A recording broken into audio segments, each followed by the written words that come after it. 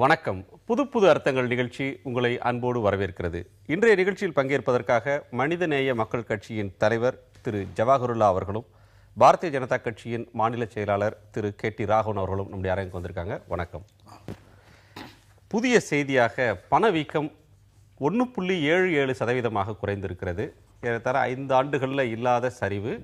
கச்சா எண்ணெய் உள்ளிட்ட வெளிநாட்டிலிருந்து நம்ம இறக்குமதி செய்யக்கூடிய கச்சா எண்ணெயினுடைய விலை கணிசமாக சரிந்தது இதற்கு ஒரு காரணம்ன்றாங்க. மேலும் இது சரியும் பட்சத்தில் இன்னமும் இந்த பணவீக்கம் குறையும்னு சொல்கிறாங்க. நிச்சயமாக இது மக்களுக்கு மகிழ்ச்சி தரக்கூடிய ஒரு செய்தி. இந்த செய்தியை நீங்கள் எப்படி பார்க்கிறீர்கள்? ஒரு கச்சா எண்ணெய் குறைந்த பணவீக்கம் குறையும் என்பதில் மாற்று கருத்து இல்லை. அதே நேரத்தில் அரசாங்கமும் கூட அதுக்கு காரணம். ஏன்னா கச்சா எண்ணெய் இப்போ இருக்கிற விலையோட 2011 இன்னும் அதிகமாக குறைஞ்சது. அப்போது பணவீக்கம் அப்படி கட்டுப்படுத்தப்படவில்லை இந்த கடந்த யூபி அரசாங்கத்தினால. அதனால் அரசாங்கத்தினுடைய நடவடிக்கையும் கூட இதுக்கு காரணம். ஏதோ சிம்பிளாக உலக மார்க்கெட்டில் கச்சா எண்ணெய் குறைஞ்சதுனால எதுன்னு சொல்ல முடியாது. உங்கள் பார்வை? இது குறைந்திருப்பது உண்மை. ஆனால் அதற்காக வேண்டி நாம் பெரும் மகிழ்ச்சி அடைய காரணங்கள் இல்லை. காரணம் என்னவென்றால் அரிசி விலை கூடியிருக்கின்றது, பால் விலை கூடியிருக்கின்றது. இந்த புள்ளி விவரத்தில் குறைந்தாலும் கூட யதார்த்த நிலையில் விலைகள் சாதாரண மக்கள் பயன்படுத்தக்கூடிய பொருட்களுடைய விலை உயர்ந்திருக்கக்கூடிய ஒரு நிலையை தான் பார்க்கின்றோம். அது தவிர இந்த ஆண்டு கரீஃப் பருவத்தினுடைய பயிர்களுடைய வரத்து குறைவாக இருக்கும் என்று விவசாயத்துறை ஒரு அறிவிப்பை கொடுத்திருக்கின்றது. அது மட்டுமல்லாமல் திரு ரகுராமராஜன் சென்ற ஆட்சியில் பிரதமருடைய தலைமை பொருளாதார நிபுணராக இருந்தார். அவர் ஓராண்டுகளுக்கு மேலாக எடுத்து வரக்கூடிய அந்த முயற்சிகளுடைய விளைவாகத்தான் இதையும் பார்க்க வேண்டும்.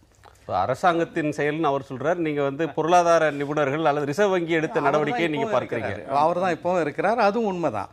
ஆனால் இதில் மகிழ்ச்சி அடையக்கூடிய ஒரு விஷயம் இல்லை. காரணம் கரீஃப் பருவத்தில் விவசாய பொருட்கள் உற்பத்தி குறையும் என்று ஒரு செய்தி சொல்கிறார்கள். அதையெல்லாம் பார்த்து விட்டு தான் பண்ணணும். அதனால தான் ரிசர்வ் பேங்க் அந்த இன்ட்ரெஸ்ட் ரேட்டை குறைக்கணும். இந்த ஹோல்சேல் இன்ட்ரெஸ்ட் ப்ரைஸ் குறைக்கணும். அது நாங்கள் வி ஆர் காஷியஸ் என்று அதிகாரிகளே சொல்லக்கூடிய ஒரு நிலையை பார்க்கின்றோம். சிஐ உள்ளிட்ட பல அமைப்புகள் தொடர்ந்து இந்த வட்டி விகிதத்தை குறைக்கணும், அதுக்கான தருணம் வந்துடுச்சு அப்படின்னு சொல்றாங்க. ஈவன் அருண்ஜேட்லி உள்ளிட்டவர்களும் கூட இந்த கருத்தை தொடர்ச்சியாக சொல்லிட்டு இருக்கிறாங்க. ஆனாலும் ரிசர்வ் வங்கி அதில் ஒரு தயக்கத்தோடு இருக்கிறது அந்த கருத்தை பரிசீலிக்கிறதுக்கு. ஏன்னா உங்களோட இந்த குவார்ட்டர்லி ரிவ்யூ டிசம்பர் 2 வர்ற நாட்களில் கூட அது எப்படி வரும்ன்றத ஒரு பெரிய எதிர்பார்ப்போட சிஐ எல்லாம் இருக்கிற மாதிரி தெரியுது. பல நாட்களாக அவருடைய கோரிக்கை இருக்கிறது. நியாயமான கோரிக்கை தான், இல்லைன்னு சொல்ல முடியாது.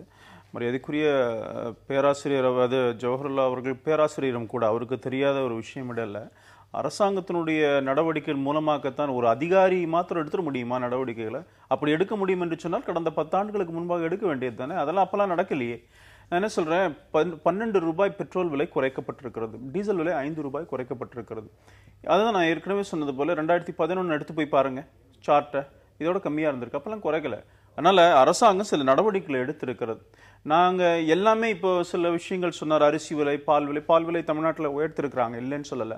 ஆனால் ஒரு மாற்றம் என்பது உடனடியாக எல்லா இடத்துலையும் வந்துடும் சொல்ல முடியாது. ஆனால் மாற்றத்தை நோக்கி சென்று கொண்டிருக்கிறது இந்த அரசாங்கம். அதனுடைய நடவடிக்கைகள் மூலமாக இந்த சில பொருளாதார நடவடிக்கைகள் எடுத்ததுனால சில மாற்றங்கள் வந்து கொண்டிருக்கிறது என்பதான் நான் சொல்ல வரேன். பொருளாதார நடவடிக்கைகள் என்னை பொறுத்த வரைக்கும் போன அரசு மன்மோகன் சிங் அரசு எந்த பாதையில் போயிச்சோ அதே பாதையில் தான் இவர்கள் போகிறார்கள்.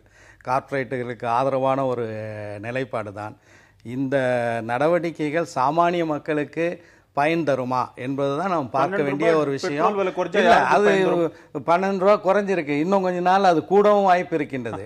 நீங்க சர்வதேச விலைக்கு ஏற்ப பெட்ரோல் நிறுவனங்களுக்கு இந்த எண்ணெய் விலையை நிர்ணயித்துக் கொள்ளக்கூடிய உரிமையை யூபிஏ கொடுத்ததும் தப்பு, என்டிஏ கொடுத்ததும் தப்புங்கிறது தான் சாமானிய மக்களுடைய வாதம்.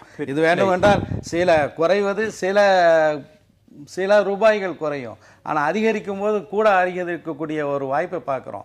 எனவே இதில் பெரிய அளவுக்கு மகிழ்ச்சி அடைகின்றோம், பெரிய அளவுக்கு திருத்தங்கள் வந்துட்டு இப்போ சொல்ல முடியாது, கொஞ்சம் பொறுத்திருந்து பார்ப்போம். மரியாதைக்குரிய பேராசிரியர்கிட்ட ஒரே ஒரு வேண்டுகோள். நீங்கள் சொல்கிறத நீங்கள் சொல்லும் போதே எடுத்து for argument sake petrol diesel விலை குறைந்தது இன்டர்நேஷனல் மார்க்கெட் தான், இதுக்கு மோடிக்கு சம்பந்தம் இல்லை. நான் என்ன சொல்கிறேன், நாளைக்கு மோடி அவர்கள் 50 பைசா அந்த மோடி அரசாங்கம் மத்திய அரசாங்கம் ஏற்றிச்சுன்னா மோடி அரசாங்கத்தை குற்றம் சொல்லாமல் இருப்பீர்களா? சொல்ல போறீங்க? அதுக்கு தான் சொல்றோம். இல்ல, இப்ப அது விலை நிர்ணயமே வந்து அந்த சர்வதேச விலைக்கு ஏற்ப விலை நிர்ணயிக்கக்கூடியது ஒரு இந்தியா போன்ற பொருளாதார நிலையில் உள்ள நாடுகளுக்கு உசிதம் அல்ல. நாம் வந்து பெட்ரோல் விட்டுருங்க, டீசல் வந்து மிகப்பெரிய அளவுக்கு விவசாய பயன்பாடுக்கு மற்ற பயன்பாடுகளுக்கு வரும்போது அதில் நிச்சயமாக பொது போக்குவரத்துக்கு மானியம் கண்டிப்பாக இருந்தாக வேண்டும். இந்த நிறுவனங்களுக்கு அந்த விலையை நிர்ணயிக்கக்கூடிய உரிமையை தரக்கூடாது. அது ஐக்கிய முற்போக்கு கூட்டணி செய்த தவறு. அதே தவறு தான் நீங்கள் தொடர்றீங்க. அதனால தான் அவங்க பாதையில நீங்க போறீங்க பொருளாதாரத்தில். நான் சொல்ல மக்களுக்கு எது நல்லதோ அதை செய்கிறோம். இன்னைக்கு விலை குறைஞ்சிருக்கு, அதுதான் சொல்ல வரேன். புதிய நல்ல விஷயம் தானே. நீங்க சொல்றது நல்ல விஷயம் தான். தொடர்ச்சியாக பெட்ரோல் விலை குறைஞ்சிட்டு வந்தது, டீசல் விலை குறைந்தது ஒரு மகிழ்ச்சிக்குரிய விஷயம். ஆனா இப்போ வரியை உயர்த்தியதன் மூலமாக ₹1 கூட போகிறது அப்படின்ற செய்தி வந்து இதுல சம்பந்தம் இல்லை. அது வந்து நேத்து கிளியர் பண்ணிருக்காங்க நிறுவனங்கள். அதை நிறைவேற்றுறது யாருன்னு கேட்கிறேன். அதுவும் மத்திய அரசா மாநில அரசா? இல்லைங்க, அது அந்த பெட்ரோலிய நிறுவனம் பண்ண போறாங்க. அதன் மூலமாக மத்திய அரசாங்கத்துக்கு வருமானம் வரும். இது வந்து இதுல ரீட்டைல் மக்களுக்கு இது பாதிப்பு இருக்காதுன்னு சொல்லியிருக்கிறாங்கல்ல. இல்லை, அல்டிமேட்லி வந்து எக்ஸைஸ் டியூட்டியாக இருக்கட்டும் அல்லது சேவை வரியாக இருக்கட்டும், யார் விதித்தாலும் அதை வந்து கன்சியூமரிடம் நுகர்வோரில் தான் அதை வந்து கொடுக்குறாங்கிறது தான் யதார்த்தமான உண்மை. இல்லை, பொதுவாகவே இது மாதிரி இதில் வந்துட்டு பெட்ரோலிய பொருட்களில் அதனுடைய அடக்க விலையை காட்டிலும் மத்திய மாநில அரசுகள் போடுற வரி அதிகமாக இருக்கிறது அப்படின்ற ஒன்று எல்லோருடைய கன்சர்னுக்கு உரிய ஒரு விஷயம்.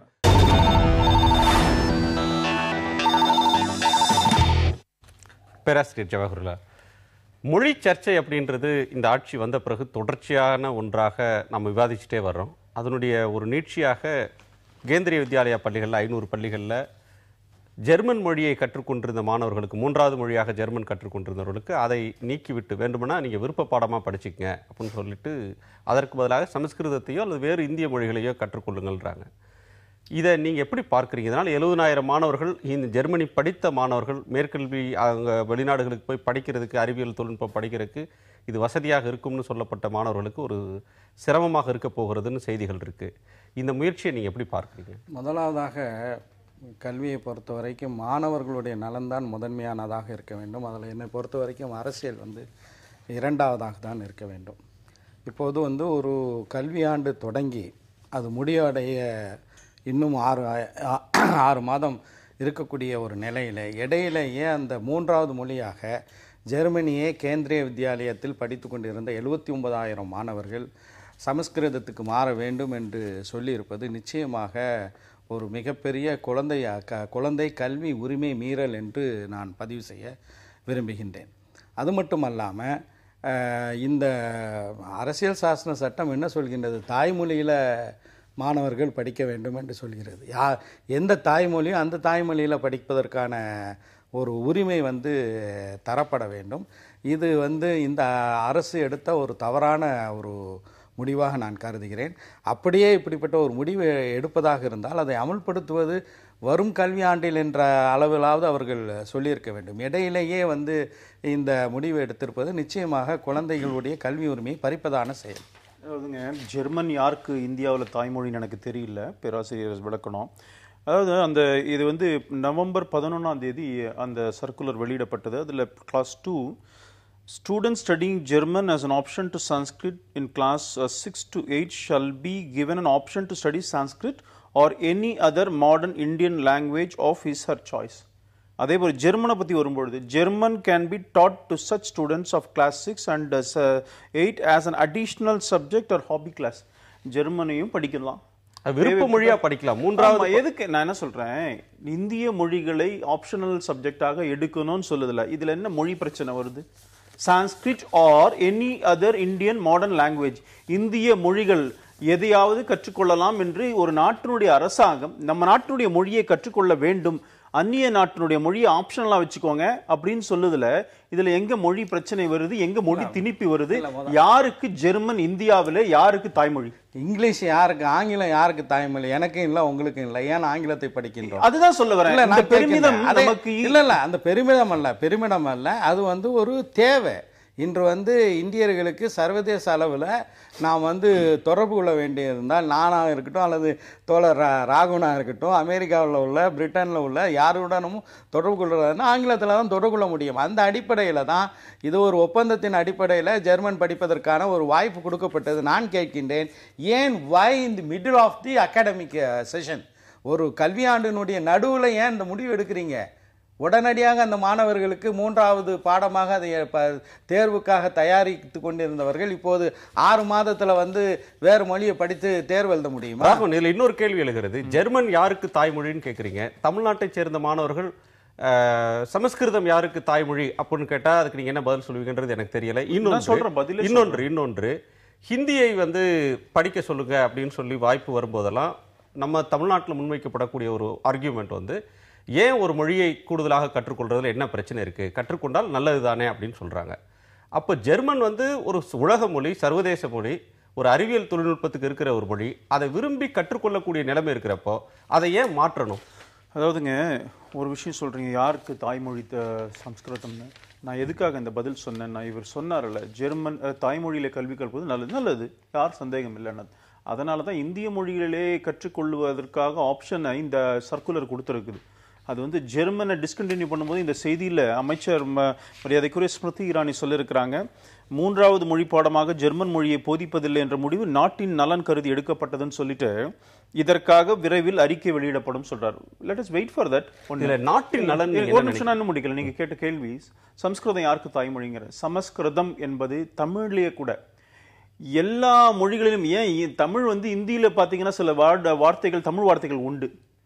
அதே போல இந்தியாவில் தமிழ்ல பாத்தீங்கன்னு சொன்னா 10,000, எனக்கு தெரிஞ்சு ஒரு அறிஞர் சொல்றாரு 80,000, எனக்கு தெரிஞ்சு 10,000 வார்த்தைகள் சமஸ்கிருதமும் தமிழும் கலந்து இருக்குது. கருணாநிதிங்கிற பேரு தமிழ் பேர் கிடையாது, ஜெயலலிதா என்கின்ற பெயர் தமிழ் பெயர் கிடையாது, அதெல்லாம் அப்படியே சமஸ்கிருத பேர். அதனால இதை நம்ம பிரிச்சு பார்க்க வேண்டிய அவசியம் இல்லை. இந்தியாவில் எல்லா மொழியினுடைய கலப்பு எல்லா மொழியுடைய ஓவர்லாப்பிங் எல்லா மொழியிலும் உண்டு. சமஸ்கிருதத்துல தமிழ் உண்டு, தமிழ்ல இந்தி உண்டு, இந்தியில தமிழ் உண்டு.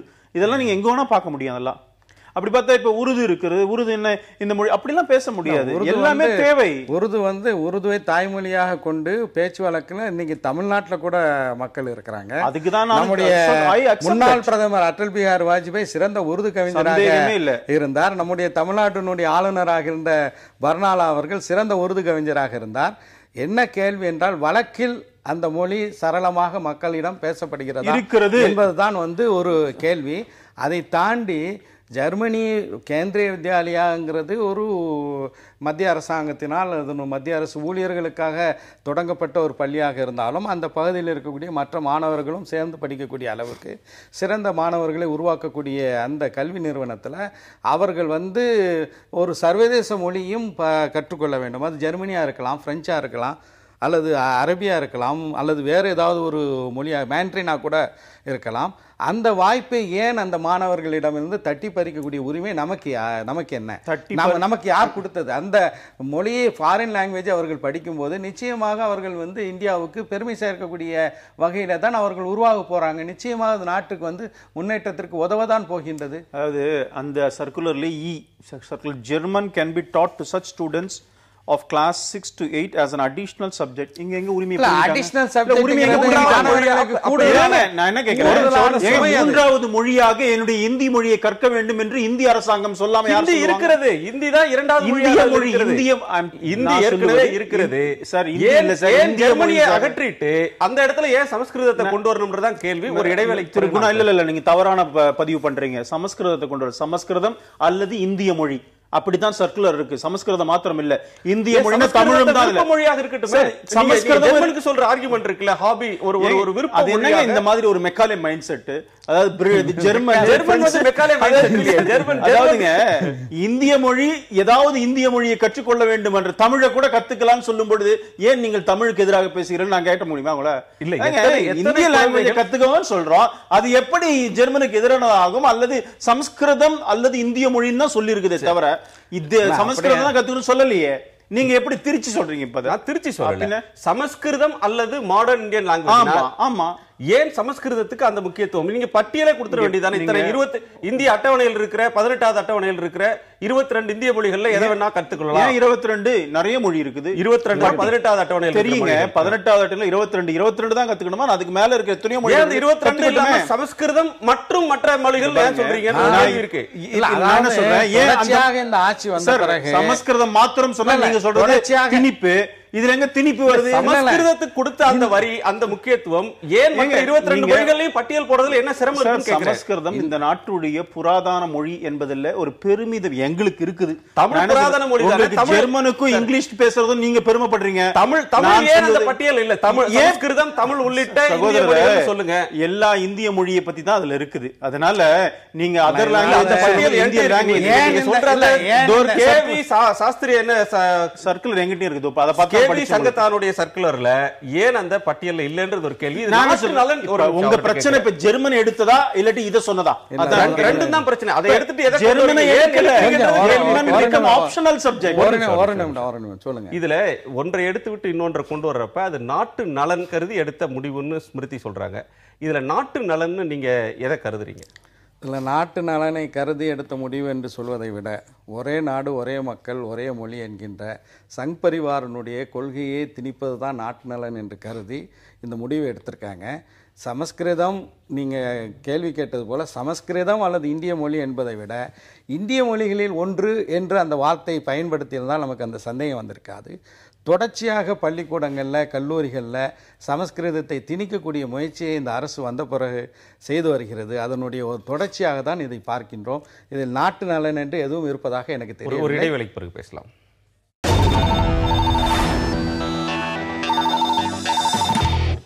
விருப்ப செய்திகளை அறியும் தருவனம். ராகுல், உங்களோட விருப்ப செய்தி என்ன? அதாவது பிரதமர் நரேந்திர மோடி ஐநா சபைக்கு பேச போகும்பொழுது அங்கே மன்றத்தில் ஒரு தீர்மானத்தை முன்மொழிந்தார். யோகா என்பது ஒரு உலக அரங்கில் ஒரு யோகா நாளாக ஒன்றை அறிவிக்கணும் அப்படிங்கிறத பற்றி இன்றைக்கு நாளிதழில் தினமலரில் பார்த்தேன். அது கிட்டத்தட்ட 80% நாடுகள் அதை ஏற்றுக்கொண்டிருக்கிறது. ஐநா சபையினுடைய செக்யூரிட்டி கவுன்சிலில் இருக்கிற பர்மனண்ட் நாடுகள், நிரந்தர உறுப்பு நாடுகளாக இருக்கிற முக்கியமான நாடுகள் 5 நாடுகளும், பல நாடுகள், லாட்டின் அமெரிக்கா கண்ட்ரிஸ் எல்லாருமே ஏற்றுட்ருக்கிறாங்க. டிசம்பர் 10ஆம் தேதி இதற்கான தீர்மானம் ஐநா சபையில் ஏகமனதாக நிறைவேறும் என்று சொன்னால் ஜூன் மாதம் 21ஆம் தேதி இனி வருங்காலங்களில் யோகா தினமாக.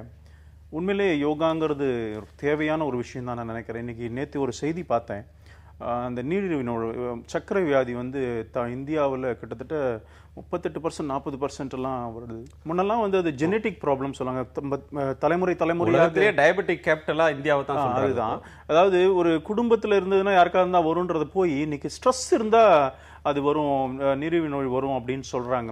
ஸ்ட்ரெஸ் ரிலீவர் உண்மையிலேயே யோகா மிகப்பெரிய ரிலீவர். எனக்கு அந்த அனுபவங்கள்லாம் நிறைய இருக்கு. அதனால இந்த யோகாங்கிறது பல விதங்களில் தேவையான ஒரு விஷயம். அதுவும் இன்னைக்கு இருக்கிற ஸ்ட்ரெஸ் அதிகமாக இருக்கிற நிலையில யோகா என்பது அவசியம் நினைக்கிறேன். இது ஒரு நல்ல செய்தியாக தான் நான் இன்னைக்கு பார்த்தேன். உங்களோட விருப்ப செய்தி.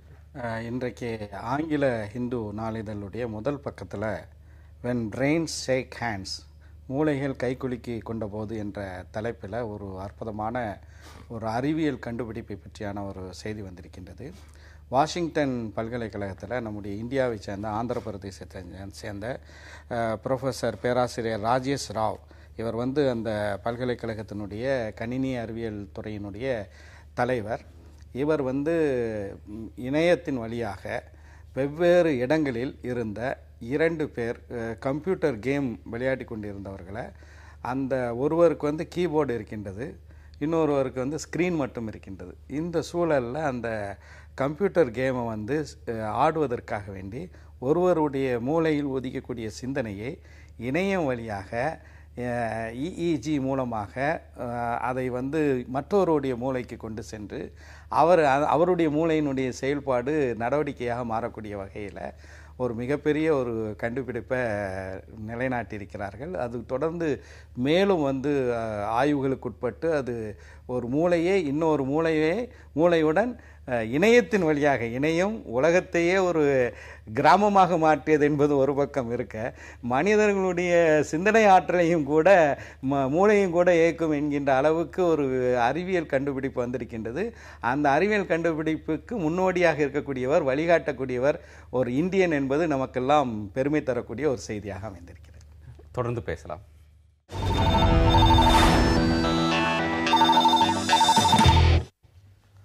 பேராசிரியர், உங்க தொகுதியைச் சேர்ந்தவர்கள் 5 மீனவர்கள் பிரச்சனை தான் இன்றைக்கு பெரிய பிரச்சனையாக இருக்கிறது. இலங்கை சிறையில் தூக்கு தண்டனை விதிக்கப்பட்ட அவர்கள் இந்திய அரசு எடுத்த முயற்சியின் காரணமாக விடுதலை செய்யப்படுவார்கள் அப்படின்ற ஒரு நம்பிக்கை பல்வேறு தரப்பில் சொல்லப்படுகிறது. ஒரு செய்தி, அவர்களை விடுதலை செய்து பொது மன்னிப்பு வழங்கி விடுதலை செய்வதற்கு அந்த அரசு தயாராக இருக்கிறது, முடிவு எடுத்து விட்டது அப்படின்னு ஒரு செய்தி வருகிறது. இன்னொரு செய்தி, இல்லை, இன்னமும் அதற்கான ஒரு இறுதி முடிவை எடுக்கலன்னு சொல்றாங்க. இந்த ஒரு குழப்பமான ஒரு தருணம்னு நினைக்கிறேன். ஆனால் அரசாங்கம் எடுத்து வரக்கூடிய முயற்சிகள் தொடர்ற மாதிரி தெரியுது. அந்த முயற்சிகளை நீங்க எப்படி பார்க்குறீங்க? முதலாவதாக இந்த 5 மீனவர்களும் வில்சன், அகஸ்டஸ், லாங்லெட், பிரசாத், இந்த 5 மீனவர்களும் 28/11/2011 மீன்வளத்துறையிடமிருந்து டோக்கன் வாங்கிட்டு மீன் பிடிக்கப் போகிறார்கள். நெடுந்தீவுக்கு அருகே அவர்கள் கைது செய்யப்படுகிறார்கள். கைது செய்யப்பட்ட சூழலில் அவர்களுடைய படகில் ஏராளமான மீன்கள் இருந்தது. அந்த சூழலில் இவர்கள் கைது செய்யப்பட்டு போதை மருந்து கடத்தினார்கள் என்று பொய் குற்றம் சாட்டி அவர்கள் சிறையில் அடைக்கப்பட்டு அந்த 5 தான் இப்போது என்ன செஞ்சுருக்காங்க, தூக்கு தண்டனை வழங்கியிருக்கிறாங்க. இந்த தூக்கு தண்டனையை இலங்கை அதிபர் ராஜபக்சே பொது மன்னிப்பு வழங்குவதற்கு தயாராக இருக்கிறார் என்று இலங்கை அதிபர் மாளிகையிலிருந்தும் எந்த செய்தியும் வரவில்லை. அதே போல் நம்முடைய இந்திய பிரதமர் அலுவலகத்திலிருந்தும் எந்த செய்தியும் வரவில்லை. முதலாவதாக சுப்பிரமணிய சாமி மத்திய அரசாங்கத்தில் எந்த பதவியும் வகிக்காதவர். இந்த 5 மீனவர்கள் தொடர்பாக பிரதமர் நரேந்திர மோடி அவர்கள் இலங்கை அதிபர் ராஜபக்சேவுடன் பேசினார். இவர்கள் இந்திய சிறைக்கு மாற்றப்படுவார்கள், நான் சொன்னது சரியாகிவிட்டது என்று அவருடைய ட்விட்டர் சமூக வலைத்தளத்தில் போட்டார். அப்போது கூட நான் கேட்டேன், இப்படி பிரதமர் அவர்கள், ஏனென்றால் இந்த 5 மீனவர்களுக்கு தூக்கு தண்டனை வழங்கப்பட்டது தமிழகத்தையே கொதிப்படைய வைத்திருக்கக்கூடிய ஒரு செயல். தொடர்ச்சியாக மீனவர்கள் மட்டுமல்ல, எல்லா தரப்பினர்களும் போராட்டம் நடத்தி வருகிறார்கள். இப்படிப்பட்ட ஒரு சிறப்பான ஒரு முக்கியமான விஷயம் குறித்து இந்திய பிரதமர் ராஜபக்சேயிடம் பேசினார் என்றால் பிரதமர் அலுவலகத்திலிருந்து செய்தி வந்திருக்கணும். எந்த செய்தியும் வரவில்லை. அதற்கு பிறகு இலங்கை குடியரசுத் தலைவர் தேர்தலில் போட்டியிடக்கூடிய ராஜபக்சேயை சந்திக்க சென்ற செந்தில் தொண்டைமான் சொல்கிறார், பொது மன்னிப்பு வழங்குவதற்கு குடியரசுத் தலைவர் இலங்கை அதிபர் ராஜபக்சே தயாராக இருக்கின்றார் என்று அவர் சொல்கிறார். அதற்கு அடுத்த நாள் பிரபா கணேசன் என்ற இன்னொரு அமைச்சர் அவர் சொல்கிறார், நான் ராஜபக்சேயை சந்திக்க போனேன் தேர்தல் சம்பந்தமாக, ராஜபக்சே விடுதலை செய்வதற்கு தயாராக இருக்கிறார், ஆனால் இந்தியா மேல்முறையிட்ட வாபஸ் வாங்கணுண்டு.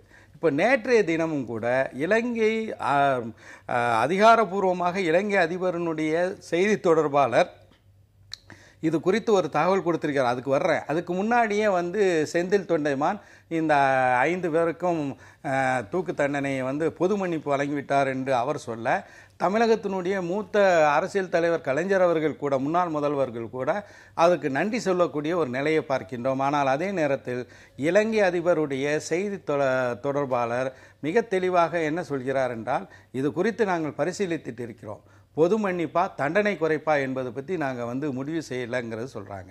இப்போ என்னுடைய வாதம் என்னவென்றால், இந்த 5 மீனவர்கள் அப்பாவிகள், இதை நான் சொல்லவில்லை. அவர்கள் போதை மருந்து கடத்திய சூழலில் இந்தியாவினுடைய பல்வேறு புலனாய்வு துறைகள், நர்கோட்டிக்ஸ் பியூரோவிலிருந்து நம்முடைய தமிழக கியூ பிரான்ச்சிலிருந்து வரைக்கும் ஆய்வு செய்து இவர்கள் போதை மருந்து கடத்தவில்லைன்னு சொல்லிட்டாங்க. ஒரே ஒரு நிமிடம்.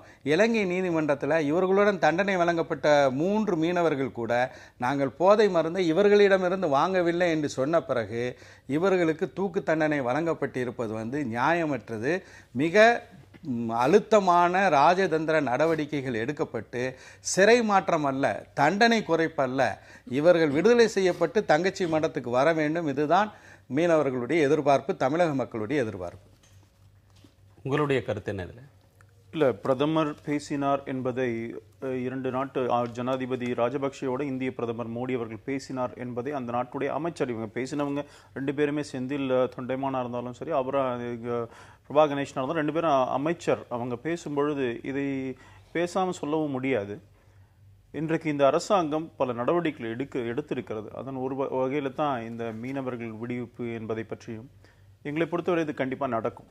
கடந்த காலங்களில் இந்த 4 மாதங்களில் மீனவர்கள் இலங்கை கப்பற்படையினர் கடற்படையினர் பிடிக்கப்பட்டவர்களாம் விடுதலை பண்ணப்பட்டிருக்கிறாங்க. அதனால் இந்த அரசாங்கம் இந்த நடவடிக்கை எடுத்துட்டு இருக்குது. இன்னொரு விஷயம், 2010 ஒரு ஒப்பந்தம் இருக்குது, இந்தியாவுக்கும் இலங்கைக்கும் ஒரு ஒப்பந்தம் இருக்குது. எக்ஸ்சேஞ்ச் ஆஃப் சென்டென்ஸ்டு பிரிசனர் அப்படின்னு ஒரு ட்ரீட், அது ஒரு ஒப்பந்தம். அதைப்படி பார்த்தீங்கன்னு சொன்னால் 23 பேர் இலங்கையிலேருந்து இந்தியர்கள் திருப்பி அனுப்பப்பட்டிருக்கிறார்கள். அதே போல இந்தியாவிலிருந்தும் அங்க போயிருக்காங்க. 90ல இங்கே வந்து தூக்கு தண்டனை கொடுத்தோம். எக்ஸ்சேஞ்ச் ஆஃப் பிரிசனர்ஸ் வந்து தூக்கு தண்டனை பெற்றவர்கள் விஷயத்துல பொருந்தாது இல்லையா? இல்ல 1990ல இதே மாதிரி நடந்தது. இந்த எக்ஸ்சேஞ்ச் ஆஃப் பிரிசனர்ஸ் இந்த ட்ரீட்டியை வச்சு வந்திருக்காங்க, அவங்களும் வந்திருக்காங்க, நாம ஒரு நிமிஷம். தூக்கு தண்டனை கைதிகளுக்கு பொருந்தும். ஆமாம், பொருந்தும் என்பது மாத்திரமல்ல, இங்கேருந்து வந்திருக்கிறாங்க, நாமளும் அமைச்சிருக்கிறோம். இதே போதை தடுப்பு சட்டத்திலேயே நாம அரெஸ்ட் பண்ணியிருந்தோம், அவங்களை திருப்பி அமைச்சிருந்தோம். இந்த ட்ரீட்டி வச்சு அமைச்சிருக்கிறோம் ஏற்கனவே. அதனால தூக்கு தண்டனை 1976 அங்க நிறைவேற்றப்படவே இல்லை. தூக்கு தண்டனை இன்னைக்கு நீங்க வந்து மரியாதைக்குரிய தாப்பாண்டியன் அவர்கள் சொல்லும் பொழுது சொல்லியிருக்கிறார், அந்த மாதிரி சட்டம் இல்லை. இன்னைக்கும் இலங்கை, எனக்கு தெரிந்து இலங்கை சட்டத்துல, கிரிமினல் சட்டத்துல தூக்கு தண்டனை இன்றைக்கும் இருக்கிறது. ஆனால் நம்ம நாட்டுக்கும் அவங்களுக்கும் இருக்கிற வித்தியாசம் என்னன்னா, இது வந்து உச்சநீதிமன்றம் வரைக்கும் போய் தூக்கு தண்டனை இங்க வந்து உறுதிப்படுத்தினா கருணை மனு போடுறாங்க பிரசிடென்ட்டுக்கு. அங்க அப்படி இல்லை. இலங்கை சட்டத்துல it has to be confirmed by president. நீதிமன்றங்கள் தூக்கு தண்டனை கொடுத்தாலும் கூட அதை உறுதி செய்ய வேண்டியது ஜனாதிபதியுடைய, அவர் உறுதிப்படுத்தினாதான் அது நிறைவேற்ற முடியுங்கிற சட்டம் அங்க இருக்கு. அந்த சட்டத்தை அந்த இதை வந்து பயன்படுத்துறதில்ல 76ல. சமீபத்தில் 2010 நினைக்கிறேன், ஒரு ஜட்ஜ், ஹைகோர்ட் ஜட்ஜ் அங்க சுடப்பட்டு கொல்லப்பட்டார். அதற்கு பிறகு இதை பயன்படுத்தணுங்கிற மாதிரி வந்தது. ஆனால் இதுவரைக்கும் அங்க அது நடக்கல. இந்த ட்ரீட்டியும் இருக்கு. அந்த ட்ரீட்டின் அடிப்படையில் நிச்சயமாக அவர்கள் மீட்கப்படுவார்கள், அதுல ஒன்றும் சந்தேகம் இல்லை. இதுல மிக முக்கியமாக பாண்டியன் அவர்களுடைய அறிக்கையில் வந்து என்ன சொல்கிறாருன்னா, இது ஒரு நாடகம் என்கின்ற அளவில் வந்து அவர் வந்து பேசியிருக்கிறார். அதாவது இந்தியாவும் இலங்கையும் சேர்ந்து செய்யக்கூடிய நாடகம் என்று பேசியிருக்கிறார். அவருடைய சொற்களில் சொன்னா சகுனித்தனமான சாமர்த்தியமான நாடகம். அவ்வளவு கடுமையான சொல்லாடல் பயன்படுத்தியிருக்காருங்கிறது ஒரு பக்கம் இருக்க, அதை தாண்டி பார்க்க வேண்டும். நான் ராமநாதபுரம் சட்டமன்ற உறுப்பினர் என்ற அடிப்படையில் இந்த 5 மீனவர்களும் நிரபராதிகள் என்ற அடிப்படையில் அவர்கள் நாட்டிற்கு திருப்பி அனுப்பப்பட வேண்டும். அதாவது சிறை மாற்றம் அல்ல. சகோதரர் சொன்னார், அந்த ஆக்ட் படி 2010 ஏப்ரல் மாதம் 4ஆம் தேதி இந்தியாவுக்கும் இலங்கைக்கும் இடையில் நடைபெற்ற அந்த ஒப்பந்தத்தில் வந்து சென்டென்ஸ்டு பிரிஸ்னர்ஸ் என்று சொல்லப்படுகிறது. அதுக்கு விளக்கம் கொடுக்கக்கூடிய தமிழக அதிகாரிகள் கூட நேற்றைய தினம் வந்த தமிழ் நாளிதழிலேயே இது வந்து தூக்கு தண்டனை கைதிகளுக்கு பொருந்தாது என்று சொல்லியிருக்காங்க. அது ஒரு பக்கம் இருக்கட்டும், அந்த கான்ட்ரவர்சிக்கு நான் போகவில்லை. ஆனால் வந்து பாஜக அரசாங்கம், திரு நரேந்திர மோடி அரசாங்கம் தேவையான அழுத்தங்களை மீனவர்கள் தொடர்பாக கொடுக்கவில்லை என்பதுதான் யதார்த்தமான உண்மை. 31 ஜனவரி 2014 இன்றைய வெளிவிவகாரத்துறை அமைச்சர், அன்றைய எதிர்க்கட்சியினுடைய தலைவர் திருமதி சுஷ்மா ஸ்வராஜ் அவர்கள் ராமேஸ்வரத்தில் பாஜக சார்பாக கடல் தாமரை போராட்டம் நடைபெறும் போது மிக தெளிவாக சில அறிவிப்புகளை செய்தார்கள். நாங்கள் ஆட்சிக்கு வந்தால் வலிமையான ஒரு பிரதமர் வருவார், அந்த வலிமையான பிரதமர் வரும்போது மீனவர்களுடைய எல்லா பிரச்சனைகளும் தீர்க்கப்படும். இனி வந்து இலங்கை கடற்படை தாக்கக்கூடிய நிகழ்வோ அல்லது கைது செய்யக்கூடிய நடவடிக்கை எடுக்காது, மீனவர்களுக்கென்று தனி அமைச்சகம் அமைக்கப்படும் என்றெல்லாம் சொன்னார். திரு நரேந்திர மோடி அவர்கள் கூட ராமநாதபுரத்தில் தேர்தல் பிரச்சாரம் செய்யும் போது குஜராத் மீனவர்களுடன் ஒப்பிட்டு இந்த விஷயங்களை எல்லாம் பேசினார்.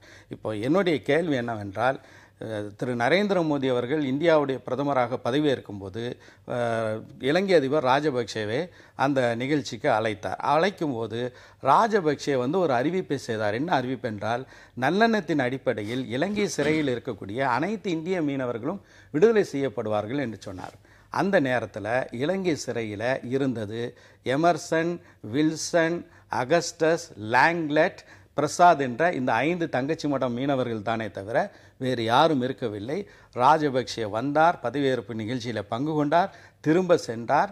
இந்த அறிவிப்பு வந்த பிறகு தங்கச்சி மடத்தில் பட்டாசு வெடித்து நம்முடைய பிள்ளைகள் 3 வருஷம் பார்க்காத பிள்ளைகள் வரப்போறாங்கன்னு பட்டாசு வெடித்து கொண்டாடினார்கள் என்பதையும் நான் இங்கே பதிவு செய்ய விரும்புகிறேன். போன வரை இந்த 5 மீனவர்களை என்ன செய்ய முடியல, மீட்க முடியலங்கிறது ஒரு பக்கம். ஆனால் அதே நேரத்தில் இன்னொன்றை நான் ஒரு நிமிடம் நான் பதிவு செய்ய வேண்டும். பாகிஸ்தானுடைய பிரதமர் நவாஸ் ஷெரீஃபும் திரு நரேந்திர மோடி அவர்களுடைய பதவியேற்பு விழாவுக்கு வரவழைக்கப்பட்டார். அப்படி வரவழைக்கப்பட்ட போது அவர் என்ன சொன்னார் என்றால், பாகிஸ்தான் சிறையில் உள்ள இந்திய மீனவர்களும் படகுகளும் விடுவிக்கப்படும் என்று சொன்னார். அந்த பதவியேற்பு விழாவுக்கு வந்துட்டு போன பிறகு 151 இந்திய மீனவர்கள், இவர்களில் பெரும்பாலானோர் குஜராத் மீனவர்கள் விடுவிக்கப்பட்டார்கள். 22 ஜூலை 2014 குஜராத் மீனவர்களுடைய 57 படகுகளையும் பாகிஸ்தான் விடுவித்தது. ஆனால் இந்த ஆட்சிக்கு வந்த பிறகு 82 படகுகள் இன்றைக்கும் இலங்கை வசம் இருக்கின்றது. இந்த புதிய ஆட்சி வந்த பிறகு இந்த படகுகளில் ஒன்றை கூட மீட்க முடியவில்லை என்பதை நான் இங்க பதிவு செய்ய விரும்புகிறேன். விடுவிக்கப்பட்டார்கள் என்பது மாத்திரம் வந்தாங்க, இவங்க ரிசீவும் பண்ணாங்க.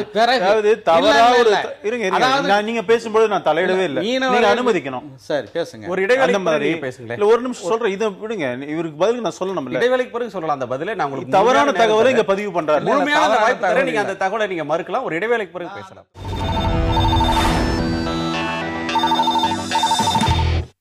குஜராத் மீனவர்களை மீட்பதற்கு எடுத்த முயற்சி இந்த விஷயத்துல காட்டப்படலைன்னு சொல்றாரு. அது 82 படகுகள், நீங்க சொன்னது மாதிரி ராஜபக்சே மோடி அவர்கள் சந்திப்புக்கு பிறகு நல்லெண்ண அடிப்படையில் மீனவர்கள் விடுதலையாவது என்பது தொடர்ச்சியா பார்க்கிறோம். ஆனா படகுகள் பறிமுதல் செய்யப்பட்டது ஒரு சர்ச்சையாகவே இருக்கிறது. 82 படகுகள் இன்னமும் அவங்களுக்கு இருக்கு, வாழ்வாதார பிரச்சனையாக இருக்கு. தமிழக அரசும் மத்திய அரசை கேட்டுக்கொண்டுதான் இருக்கிறது. அதுல இதுவரையிலும் ஒரு மகிழ்ச்சி அடையக்கூடிய செய்தி வரல. அப்ப மத்திய அரசாங்கம் எடுக்கக்கூடிய நடவடிக்கைகள்ன்றது, தரக்கூடிய அழுத்தம்ன்றது இன்னமும் கூடணும்னு சொல்றீங்களா? அதாவதுங்க, மத்திய அரசாங்கம் நடவடிக்கையே எடுக்கலைங்கிற மாதிரி ஒரு தவறான பதிவை பண்றாரு. இப்போ யுஎன் போகும்பொழுது அங்க ராஜபக்சே சந்திக்கும் பொழுது 77 மீனவர்கள் வெளில வந்தாங்க. அதாவது இந்த அரசாங்கம் வந்த பிறகு கிட்டத்தட்ட 500 மீனவர்கள் பிடிக்கப்பட்டவர்கள், கைது செய்யப்பட்டவர்கள் விடுவிக்கப்படுறாங்க. நீங்க இந்த போட்டை பத்தி சொல்லும் பொழுது என்ன பிரச்சனைன்னா, இந்தியாவில் அந்த பாட்டம் ட்ராலர்ஸ் இருக்கு, அந்த மாதிரி படகுகள் இங்க அலவுடு, அங்க அலவுடு கிடையாது. அதை பிடிச்சி வச்சிருக்கிறோம். அதுக்காக பேச்சுவார்த்தையும் நடந்து கொண்டிருக்கிறது. இன்றைக்கு இந்த 5 மாதங்களில் இவ்வளவு நடவடிக்கை எடுத்திருக்கிறது. ஆனால் அதை அதை ஆதரிக்கணும்னு சொல்லலை, நீங்க ஆதரிக்க மாட்டீங்கன்னு தெரியும். ஆனா அன்றைக்கு யூபி அரசாங்கத்தில் திராவிட முன்னேற்றம் கூட இருந்தது. அப்ப நீங்களும் ஆதரவோட அவங்களுக்குலாம் ஆதரவு கொடுத்திருந்தீங்க, அந்த கட்சியோட தான் இருந்தீங்க. 500 மீனவர்கள் கொல்லப்பட்டார்கள். அப்ப ஏதாவது நீங்க அதெல்லாம் பத்தி பேசியிருக்கீங்களா? இன்றைக்கு பாரதிய ஜனதா கட்சி அரசாங்கம் இந்த முயற்சி இந்த பாரதிய ஜனதா கட்சி அரசாங்கம் இந்த முயற்சி எடுத்திருக்கிறது. நேற்றைக்கு 14ஆம் தேதி அங்க நம்முடைய ஹை கமிஷனர் போய் சம்பந்தம் DNA leader Tamil national alliance அவருடைய தலைவரையும், அதே போல ஸ்ரீலங்கா முஸ்லிம் காங்கிரஸ் தலைவர் ஹக்கீம், இவங்க 2 பேரையும் 3 மணி நேரம் சந்திச்சிருக்கிறார். ஒரு நிரந்தரமான ஒரு தீர்வை நோக்கி இந்த பிரச்சனை சென்று கொண்டிருக்கிறது. ஹை கமிஷனர் போய் 5 மீனவர்களை பிரிசன்ல போய் ஜெயில போய் பார்த்தாங்க, நடந்திருக்கிறதா கடந்த காலங்கள்ல. அதனால ஒரு நிரந்தர தீர்வை நோக்கி சென்று கொண்டிருக்கிறோம். பல மீனவர்கள் விடுவிக்கப்பட்டிருக்கிறார்கள் என்று சொல்லும் பொழுது, கடந்த காலங்களில் கொல்லப்பட்டது போய் இன்றைக்கு விடுவிக்கப்பட்டுக் கொண்டிருக்கிறார்கள் என்ற பொழுது இந்த அரசாங்கம் நல்ல நடவடிக்கை எடுக்கிற ஒரே பிரச்சனை என்ன தெரியுமா இவங்களுக்கெல்லாம்? இதை வைத்துக் கொண்டு அரசியல் செய்து கொண்டிருக்கிறார்கள். இனிமேல் மத்திய அரசாங்கம் நான் சொல்றது உங்களை மாத்திரம் இல்ல, சில இயக்கங்கள் இதை வைத்துக் கொண்டு அரசியல் செய்து கொண்டிருக்கிறார்கள். அந்த அரசியலை நரேந்திர மோடி அரசாங்கம் எடுக்கின்ற நடவடிக்கைகள் மூலமாக அந்த அரசியல் தடுக்கப்படும். இவர்களுக்கு வேலை இல்லாம போகுது. அந்த பதட்டம் அதிகமாக இங்க சில இயக்கங்களுக்கு இருக்கிறது. அப்படிதான் நான் சொல்ல விரும்புறேன். அதாவது இந்த 2011 நம்முடைய 5 தங்கச்சி மடம் மீனவர்களுடன் 25 பாகிஸ்தானியர்கள், 6 மாலத்தீவினர், 5 ஈரானியர்கள் இதே போன்று போதை மருந்து கடத்தியதாக கைது செய்யப்பட்டாங்க. அவங்களுக்கெல்லாம் தூக்கு தண்டனை வழங்கப்படலை. இந்தியாவினுடைய அதாவது சப்மெரின், அதாவது சீனாவினுடைய சப்மெரின் நியூக்ளியர் சப்மெரின் இலங்கைக்கு வரும்போது கோட்டபய ராஜபக்சே கூப்பிட்டு கண்டித்து கொஞ்ச நாள்லேயே இந்த தண்டனை வழங்கப்படக்கூடிய ஒரு சூழலை பார்க்கின்றோம். ஏதாவது தமிழக மீனவர்கள் மட்டும்தான் ட்ராலிங் என்று சொல்லக்கூடிய இழுவை படகுகளை பயன்படுத்தினார் சகோதரர் சொல்கிறாரு. சமீபத்தில் சென்னைக்கு வந்த நம்முடைய வடமாகாணத்தினுடைய முதலமைச்சர் விக்னேஸ்வரன் எங்கள் கடல் பகுதியில் சிங்களவர்கள் ட்ராலிங் முறையில், தடை செய்யப்பட்ட முறையில் படகு கொண்டு வராங்க, அவங்க மேலே நடவடிக்கை இல்லை, எங்கள் தமிழ் மீனவர்கள் மீது மட்டுமா நடவடிக்கை என்ற ஒரு கேள்வியை மிக தெளிவாக எழுப்பியிருக்கின்றார். ஏதாவது ஒரு வலிமையான நடவடிக்கை இல்லை. என்ன வலிமையான நடவடிக்கைன்னா, தொடர்ச்சியாக 600 மீனவர்கள் கொல்லப்பட்டதுக்கு தொடர்ச்சியாக நாங்கள் குரல் கொடுத்து இருக்கின்றோம். அந்த 600 பேர் இந்திய மீனவர்கள் கொல்லப்பட்டது தொடர்பாக எஃப்ஐஆர் பதிவு செய்யப்பட்டிருக்கின்றது. நான் கேட்கின்றேன், வேண்டுகோளாகவே விடுக்கின்றேன், ஒரு வலிமையான பிரதமர் திரு நரேந்திர மோடி என்று சொல்கிறார்கள். இந்த 600 மீனவர்களை கொன்று எஃப்ஐஆர் போடப்பட்டிருக்கக்கூடிய அந்த இலங்கை கடற்படை வீரர்கள் மீது அவர்களை இந்தியாவுக்கு கொண்டு வந்து சட்டத்துக்கு முன்னால் நிறுத்தி தண்டிக்கப்பட வேண்டும். ஏனென்றால் உலகத்தில் மேரிடைம் பவுண்டரியில் இந்தியாவுக்கும் இலங்கைக்கும் இடையிலான இந்த கடல் எல்லை பரப்பில் நடந்தது போன்று மீனவர்கள் கொல்லப்படக்கூடிய சம்பவம் உலகத்தில் வேற எந்த பகுதியிலும் நடக்கவில்லைங்கிறத தெளிவா சொல்லணும்.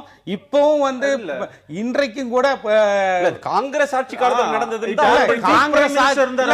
காங்கிரஸ் ஆட்சி காலம் பேசிட்டு இருக்கிறாரு. நான் என்ன சொல்றேன், இல்ல காங்கிரஸ் அரசாங்கம் 10 ஆண்டு காலம் காங்கிரஸ் நடந்ததா சொல்ல முடியுமா?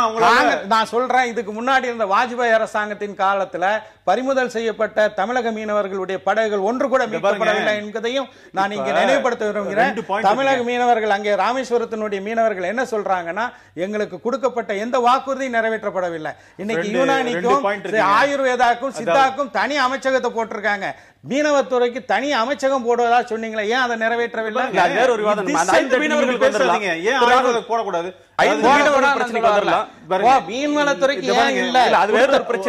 மீனவர்கள் விடுதலை பற்றி பேசலாம். இப்ப இருக்கக்கூடிய நிலையில நீங்க சொல்ற ஒரு நிறைவு கருத்து அறிய விரும்புறேன். சிறை மாற்றம் அப்படின்ற ஒன்றை நீங்க கோர போறீங்களா? விடுதலை, பூரணமான விடுதலை நீங்க கோர போறீங்களா? என்ன நடவடிக்கைகள் எடுக்க? பூரணமான விடுதலைக்காகத்தான் இந்த அரசாங்கம் முயற்சி செய்து கொண்டிருக்கிறது.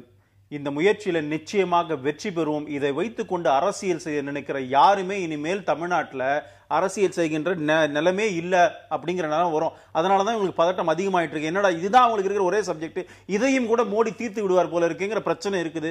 அதனால தேவையில்லாமல் மத்திய அரசாங்கம் மீது குற்றம் சாட்டுகிறார்கள். இந்த மத்திய அரசாங்கம் இந்த நாட்டுடைய அத்தனை மக்களுக்காக தான் பேசிட்டு இருக்காங்க. ஈராக்ல போயிட்டு செவிலியர்களை மீட்டு வரல, நீ சொல்லியா செஞ்சோம், எல்லாம் செய்து கொண்டிருக்கிறோம், நிச்சயமாக நடக்கும். கடந்த 10 ஆண்டுகளுக்கு இந்த ஆட்சிக்கு நிறைய மாற்றுதல் பார்க்க முடியும். மாறுதல் யதார்த்தமான சூழ்நிலை ராமேஸ்வரத்தில் அது அல்ல. அங்கு இருக்கக்கூடிய மீன்பிடி தொழிலையே அழிக்க வேண்டும் என்ற ஒரு திட்டம் தான் வந்திருக்கின்றது. மீனா குமாரியுடைய அறிக்கையில பெரிய கார்ப்பரேட் நிறுவனங்கள் எங்க ராமேஸ்வரம் பகுதிக்கு வந்து ஆழ்கடல்ல மீன் பிடிக்க போறாங்க, மீனவர்கள் வேலை இல்லாத ஒரு சூழல் தான் ஏற்படுத்த போகிறார்கள். இந்த 5 மீனவர்களையும் கொண்டு வந்தால் அதைவிட மகிழ்ச்சி அடையக்கூடியவர்கள் வேறு யாரும் இருக்க முடியாது. ஆனால் நாங்கள் சொல்வது மிக அழுத்தமான, இலங்கை வந்து நம்மை மிரட்டுவதற்கு பதிலாக இலங்கையை மிரட்டி நம்முடைய மீனவர்களுடைய உரிமைகளை, ட்ரெடிஷ்னல் ஃபிஷிங் ரைட் என்று சொல்லக்கூடிய பாரம்பரிய மீனவ உரிமையை நம்ம காப்பதற்கு நடவடிக்கை எடுக்க வேண்டும். மரண தண்டனைக்கு எதிராக 2 பேரும் கருத்து சொல்லியிருக்கிறீங்க. அந்த நிலைமை தமிழ்நாட்டிலையும் மரண தண்டனை எதிர்நோக்கி இப்போ ஆயுள் தண்டனை கைதிகளாக இருக்கக்கூடியவங்க விடுதலையாகிறது வரையிலும் அந்த விவாதம் நீட்டிக்கும். இதனுடைய அடுத்த போக்கு அப்படி போகக்கூடும் நினைக்கிறேன். அரங்குக்கு வந்து உங்களுடைய கருத்துக்களை பகிர்ந்து கொண்டமைக்காக உங்கள் இருவருக்கும் நன்றி. நேயர்களே, மீண்டும் ஒரு புது அர்த்தங்கள் நிகழ்ச்சியில் சந்திக்கலாம். வணக்கம்.